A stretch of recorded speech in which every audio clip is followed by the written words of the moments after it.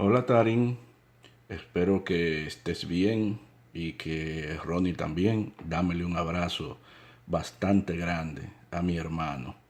Mira, Marcel me dijo de tu duda, de tu pregunta sobre los dones, los carismas, los frutos del Espíritu Santo y preferí enviarte la respuesta en video porque siempre lo que se ve queda más enraizado en la mente que lo que se escucha. Y para aclarar estas dudas sobre el Espíritu Santo es mejor verlo para entenderlo de una manera más eficaz. Mira, me imagino que ya ustedes dentro de su comunidad abordaron el tema de cuándo se recibe el Espíritu Santo, qué es una efusión de Espíritu Santo, qué es el sacramento de la confirmación, donde también recibimos Espíritu Santo. Me imagino que ya abordaron ese punto. Pero es bueno también, ya que estoy aquí en el video, pues refrescar un poquito ese concepto. Mira, recibimos el Espíritu Santo el día de nuestro bautismo. Ese día, a través de ese sacramento, Jesús hace de nosotros templos del Espíritu Santo. Eso lo dice la palabra de Dios en la carta a los Romanos en el capítulo 8. Ese templo del Espíritu Santo que somos cada uno de nosotros, ese día recibe esos 7 dones que viene a traer el Espíritu Santo. Los dones del Espíritu Santo están en la palabra de Dios, en el libro de Isaías, en el capítulo 11, los versos 2 y 3. Por alguna traducción de ciertas versiones de la Biblia puede ser que las palabras difieran unas que otras, las que yo muestro en este video, pero en resumen significan lo mismo. Ahora bien, ese día de nuestro bautismo recibimos el Espíritu Santo y mucha gente se pregunta, y entonces si ya yo recibí el Espíritu Santo, ¿por qué tengo que hacer el sacramento de la confirmación?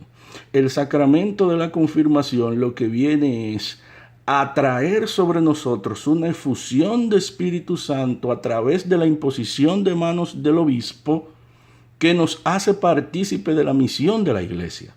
La misión de la iglesia es bautizar a todo creyente en Cristo y enseñarle a guardar todas las cosas que os he mandado, lo que dice al final del Evangelio de Mateo. Ahora bien, ¿dónde nos manda la Biblia a que a través de ese sacramento de la confirmación y de la imposición de manos nosotros recibamos esa efusión de Espíritu Santo? Fíjate que lo llamo efusión de Espíritu Santo. En la renovación carismática esto se le llama bautismo en el Espíritu Santo, porque bautismo viene de la palabra griega bautizare, que significa sumergirse en. Entonces la renovación carismática le da el nombre de bautismo en el Espíritu Santo porque nos sumergimos en el Espíritu Santo, en lo que es el sacramento de la confirmación, que la palabra de Dios lo muestra en el libro de Hechos de los Apóstoles, en el capítulo 8, donde narra que Felipe fue a Samaria. En Samaria mucha gente comenzó a creer en Jesús y comenzó a bautizarse. Y a los apóstoles en la comunidad de Jerusalén, cuando se enteraron, les enviaron a Pedro y Juan para que recibieran el Espíritu Santo a través de la imposición de manos. Eso está en Hechos de los Apóstoles en el capítulo 8. Y lo pueden buscar y validarlo. Y a través de esa imposición de manos, entonces, Tari, nosotros recibimos la efusión de Espíritu Santo.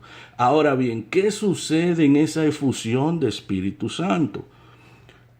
Todo laico puede también hacer una efusión de Espíritu Santo, aunque el sacramento de la confirmación se reserva al obispo por jerarquía, llevando lo que eran Pedro y Juan en ese momento por jerarquía. El sacramento de la confirmación la hace el obispo, pero cualquier laico puede hacer o realizar una efusión de Espíritu Santo en asamblea, el pueblo reunido en comunidad o en asamblea. Y eso lo corroboramos en el Evangelio de Lucas, en el capítulo 11, en el verso 13, cuando Jesús dice, si ustedes que son malos saben dar cosas buenas a sus hijos, ¿cuánto más el Padre no dará Espíritu Santo a aquel que se lo pida? Entonces, nosotros recibimos el Espíritu Santo el día de nuestro bautismo y recibimos esos 7 dones. El Espíritu Santo es infinito, no es nuestra realidad y nuestros cuerpos son finitos. O sea, la grandeza del Espíritu Santo no la vamos a poder meter en nuestro corazón y en nuestro cuerpo de un solo cantazo. Por eso, nosotros recibimos el Espíritu Santo, pero las efusiones de Espíritu Santo que se hacen en oración y en alabanza, lo que vienen a traer es esa gracia, ese don o ese carisma que Jesús quiere para la comunidad, para beneficio de la comunidad. Ahora bien, en ese momento de oración, en ese momento de alabanza donde estamos pidiendo Espíritu Santo, toda manifestación externa que sale ahí, oración en lengua, descanso en el Espíritu, palabra de conocimiento, palabra profética, toda esa manifestación externa es lo que conocemos como carismas. Y Pablo da una lista de carismas. Está en el capítulo 12 de la carta a los Romanos, en el capítulo 4 de la carta a los Efesios o en el capítulo 14 de la primera carta a los Corintios. Ahí tú vas a encontrar una lista de carismas. ¿Qué sucede con eso, Tarin? En la palabra de Dios muchas veces estos carismas aparecen con la palabra don. Por ejemplo, en la carta a los Corintios, Pablo te dice el don de profecía o te dice el don de lenguas. Pero ¿qué sucede? Tenemos que recordar que esas cartas Pablo las escribió en griego. Y en el idioma griego de la época, la palabra carisma era las cualidades que una persona desarrollaba por sí mismas. Contrario a la palabra don, donde se denotaba para aquellas cosas que Dios le proveía al ser humano sin su propia capacidad. Por ejemplo, una persona que no tenía capacidad para tocar el arpa, y recibía el don de Dios para poderla tocar y no lo aprendió en ningún lado. A eso le decían el don de Dios. Por eso es que Jesús, cuando se encuentra con la samaritana en el pozo de Jacob, que la samaritana le dice, tú siendo israelita me pides agua de beber a mí que soy samaritana. Y Jesús le dice, si conocieras el don de Dios, o sea, si conocieras lo que Dios te quiere regalar. En español para nosotros es más fácil porque podemos distinguir un carisma del Espíritu Santo de un carisma innato que trae una persona, un político, un artista, que son cosas que se desarrollan. Ahora bien, un carisma del Espíritu Santo para nosotros es sencillo diferenciarlo en español, pero en la época de Pablo, cuando él estaba escribiendo eso, no hay una palabra en griego que pudiera hacer esa diferencia. Y por eso él pone don de lenguas, don de profecía. Pero nosotros sabemos al día de hoy que son carismas, porque son manifestaciones externas de un don. Y cuando esa manifestación externa del don se produce, entonces en la persona que se produce, valga la redundancia, vienen a morar los frutos del Espíritu Santo, que están en el capítulo 5 de la carta a los Gálatas, los versos 22 y 23. Te pongo un sencillo ejemplo para que puedan entender un poquito mejor. Ustedes están en alabanza, están pidiendo Espíritu Santo, se manifiesta el Espíritu Santo y una persona descansa en el Espíritu.